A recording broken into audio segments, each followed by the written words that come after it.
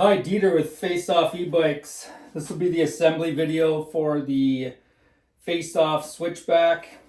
All the bikes are similar, whether it has the belt, chain, or even the Bafang hub. The assembly will be the same. So this is basically all the packaging off. Your bike's going to arrive some version of this in the box.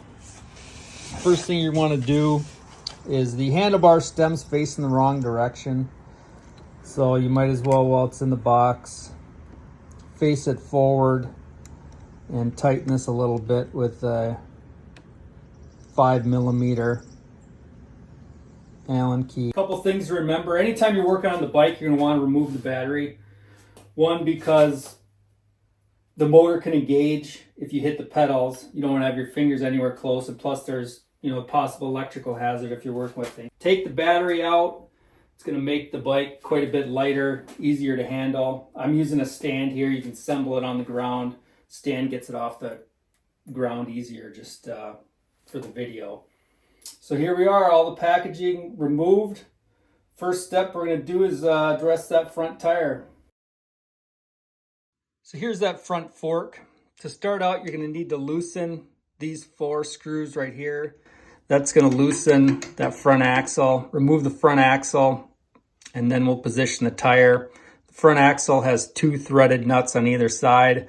Once that's all completed, then we're going to tighten these up again, because the wheel actually spins on this. This doesn't need to be spun, so you're going to tighten these 4 when we're done. And it's easiest to put the front tire on before we attach that front brake caliper. So let's get that front tire on. So here's that axle removed. Like you can see, it's threaded on both sides. So I usually just tighten one side and work that through. We'll see how this goes with me trying to show how it looks on the video, but it's definitely easiest without that front brake caliper. And then you're just gonna pretty much eyeball it. One of them will spin and move, so you kind of have some ability to move it around. And that actually went pretty good there.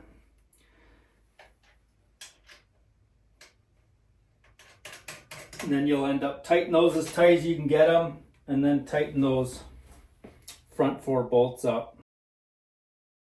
This is a look at that rear brake caliper. A lot of the bikes that we're shipping now are actually attaching this, but if you have this unattached, this is the spacer that's going to be tight to the front fork, and then you have the actual brake caliper. And the brake caliper, you can see the holes are slightly elongated side to side, and that's for any adjustments that you're going to need to make with the brake caliper. So once you get it fitted onto the disc, you're going to tighten these 2 bolts. And there's a couple different ways that you can actually center the brake caliper. One is to get it almost tight but slightly loose and press the left brake, which would be the front brake, and that'll center the caliper on the disc. Or you can look from the top and kind of look for daylight on both sides of the disc, and that'll indicate that it's centered.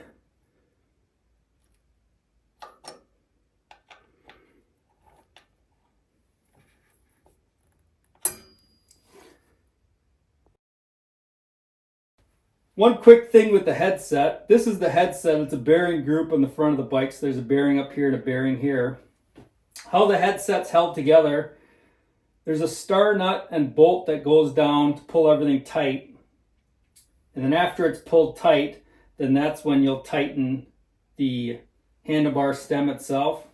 So if you decided you want to lower the handlebar stem, you can see there's 4 spacers. You could move this down and add a spacer up above if you wanted.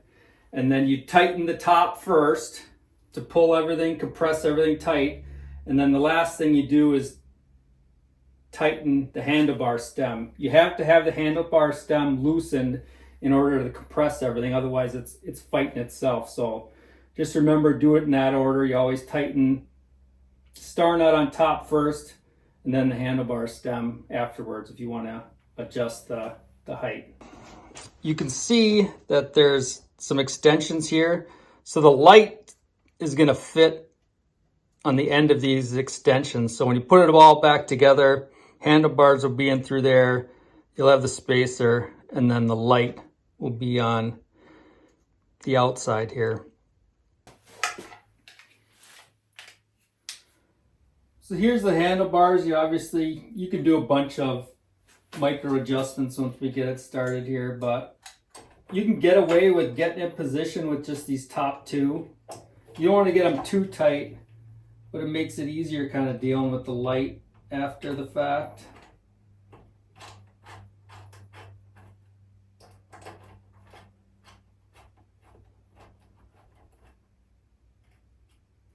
And I'll usually actually set the trajectory of the handlebars once the bike's on the ground, because you're going to want the brakes kind of just a little bit down, not too high where you have to reach for them, just kind of comfortable where you can get to them. So now you can see we have the light here, and it'll end up going on top of those spacers right into that other spot there. So it's bolt, then spacer,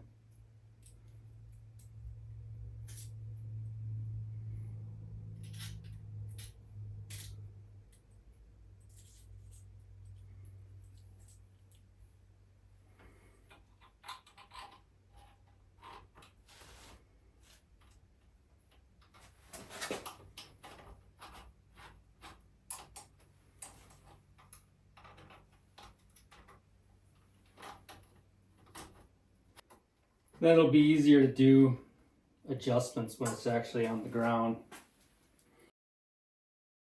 There's a left and a right pedal, and they'll screw towards the front, whether it's the right side or the left side going like that way. So they only work on one side or the other.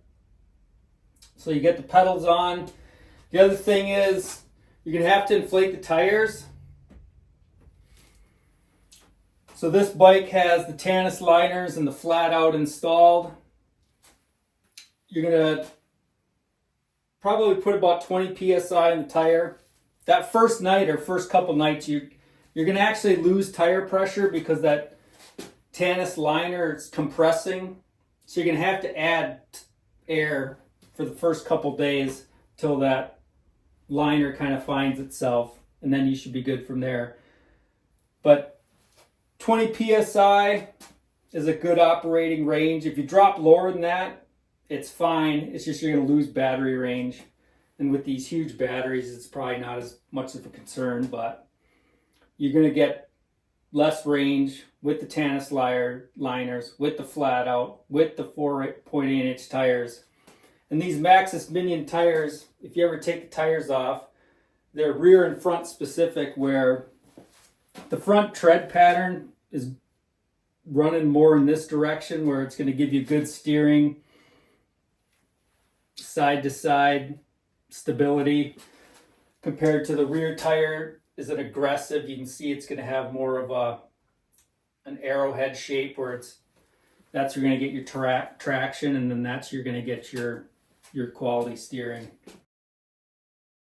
And then again, when I ship the bike, I'm going to try to get the belt tension where it should be, but it's something you're going to want to check.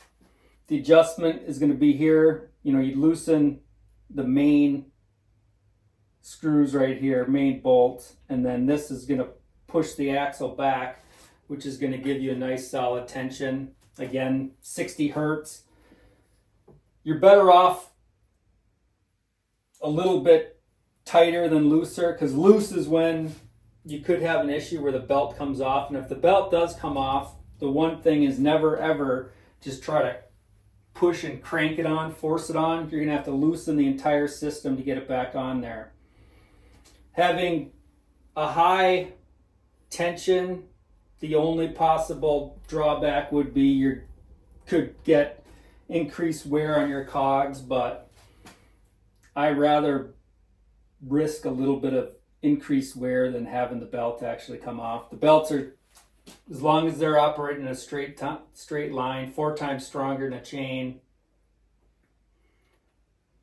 But you can't, there's certain things you're not going to be able to do with them, and one will be trying to put it back on forcibly is going to cause damage, whether that's a belt or a chain. The rear rack, there's a couple different ways to attach it. It comes with 2 spacers. You don't really need those. If you put one little strip of duct tape, it's actually grips a lot better. So you can either attach to the seat post. If your main priority is your minimum seat height, where you don't want to lose potentially this inch right there, you can take this apart. Without this Y part, the rear fender will actually fit perfectly with these bolts. Just use a longer bolt, and then you could even anchor the rear of the fender into the rack. But I'll just attach this standard method for now.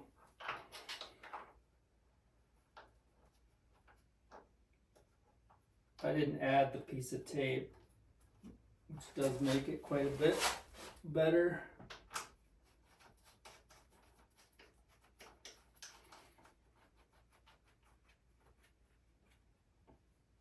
But you get that on tight, and then your angular adjustments are back here. With the fender installed, this customer ended up buying the arrowhead rack. This actually goes between the fender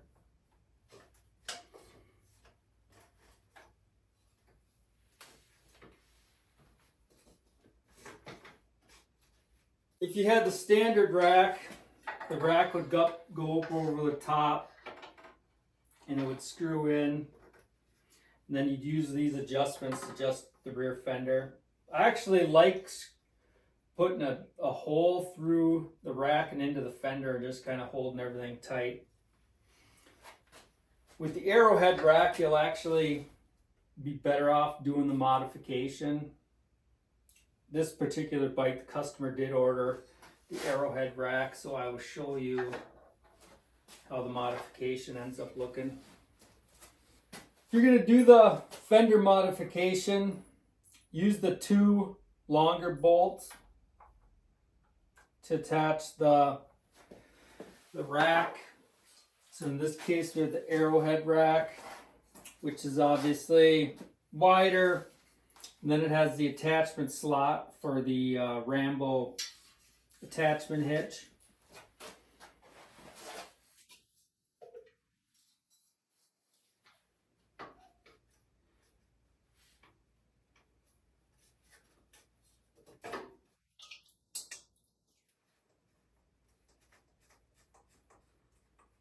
So we'll get these started.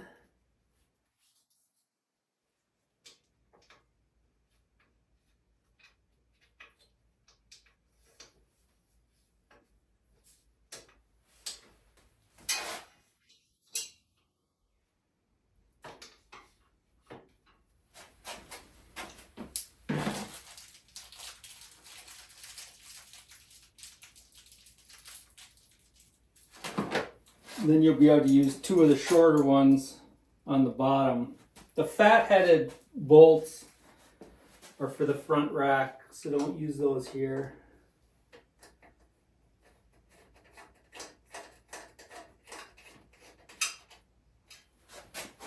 They're actually threaded, and then there's also a nut to put on the other side.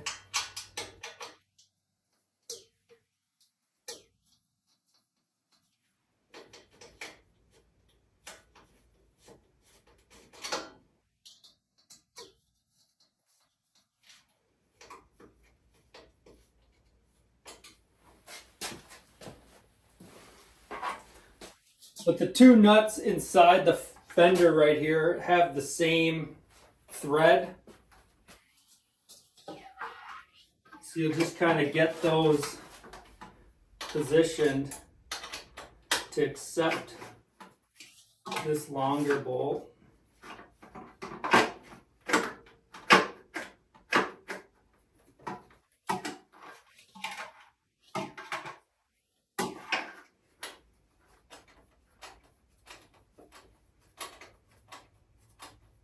Just kind of get the fender to stay centered.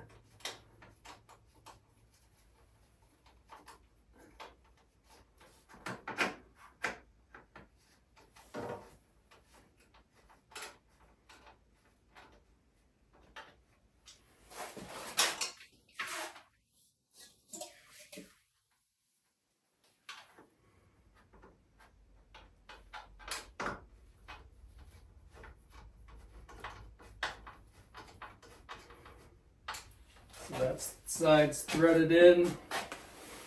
Sorry, I'm getting in the way here.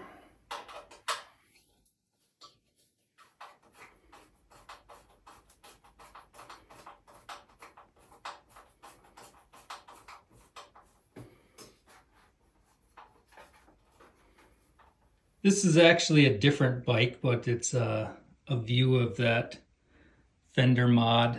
So you can see that the bolts are threaded through the frame, and then once they reach a position where the fender is basically centered, then you're going to start screwing them into the bolts that are in the fender, and that will center the fender so that you don't have to sacrifice any minimum seat height if that's a concern.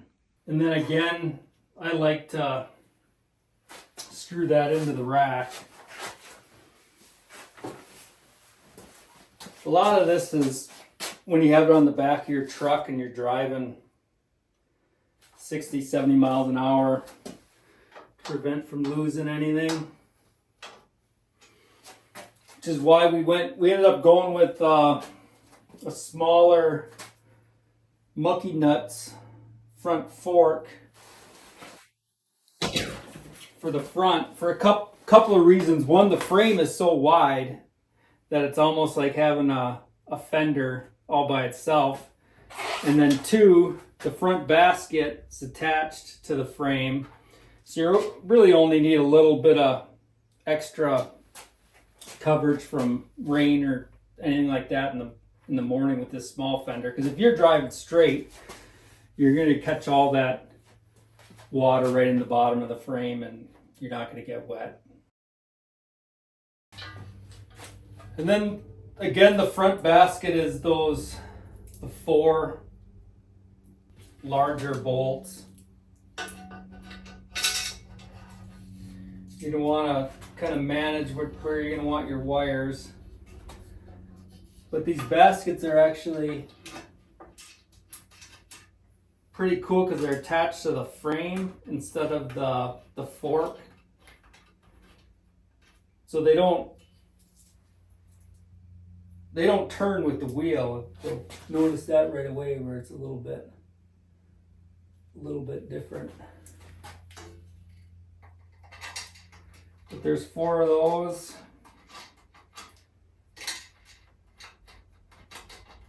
Get them started before you crank them down.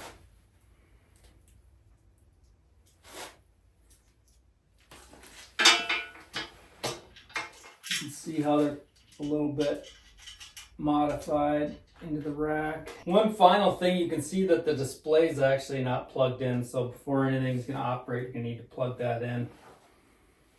And then the final thing will be that fender. For the fender, you're going to use 4 zip ties, so you can kind of get those ready to go how you're going to have them.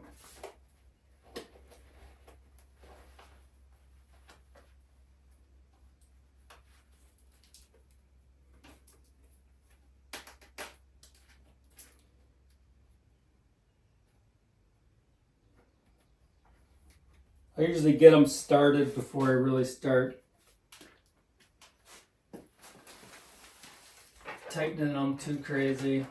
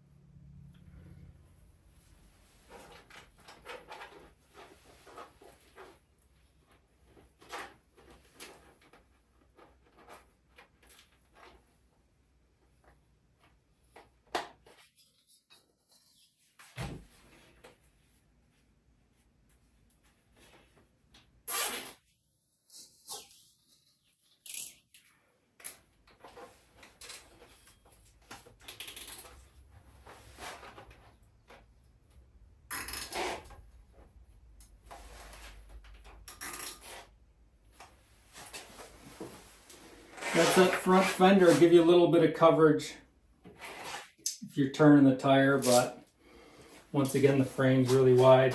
So that's pretty much it. Face Off Switchback. Again, if you have any questions, feel free to call, but the assembly is not too difficult. Just you'll need a handful of millimeter sized Allen wrenches and go from there. Thanks again for your purchase of the Switchback. You're going to want to recheck a lot of these bolts in the next couple weeks just to make sure that everything stays snug. The bike is designed for off-road use, so if you're going to be taking it onto the highways or roadways, you're going to want to get some more rear reflectors or rear lights, and then wear any necessary safety equipment like helmets, etc., just to make sure that you're safe. But the bikes are designed to handle all sorts of hunting specific conditions. If you have any questions, don't hesitate to call. We do everything we can to take care of our customers, and thanks again for your purchase.